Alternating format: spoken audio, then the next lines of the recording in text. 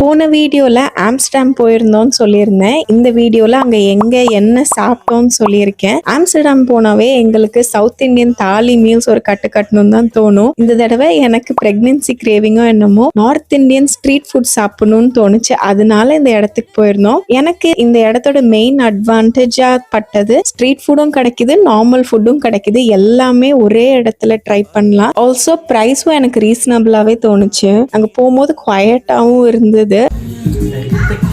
நாங்கள் ஸ்டார்ட் பண்ணது இந்த மேங்கோ லஸ்ஸியோட தான். டேஸ்ட் நல்லா இருந்தது. அன்னைக்கு சேவ் பூரி, தை பூரி, பானிபூரி, பாம்பே சாண்ட்விச், பாப்பாக்காக பன்னீர் பட்டர் மசாலா, நான்லாம் வாங்கி ட்ரை பண்ணியிருந்தோம். சர்வீஸ் நல்லா குவிக்கா இருந்தது. டேஸ்ட்டும் நல்லா காரசாரமா, புளிப்பா, இனிப்பா, எனக்கு ரொம்ப பிடிச்ச மாதிரி எக்ஸாக்டா இருந்தது.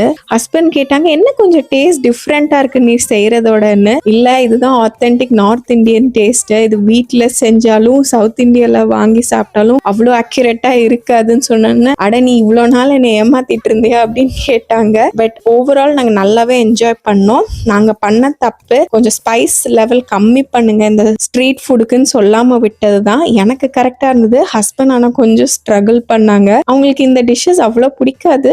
பட் அன்னைக்கு நல்லாவே என்ஜாய் பண்ணாங்க. பாப்பா கூடவே என்ஜாய் பண்ணா. இது ஸ்பான்சர்ட் வீடியோலாம் இல்லை. உங்களுக்கும் authentic north Indian street food try பண்ணணும்னா இங்கே ட்ரை பண்ணி பாருங்க.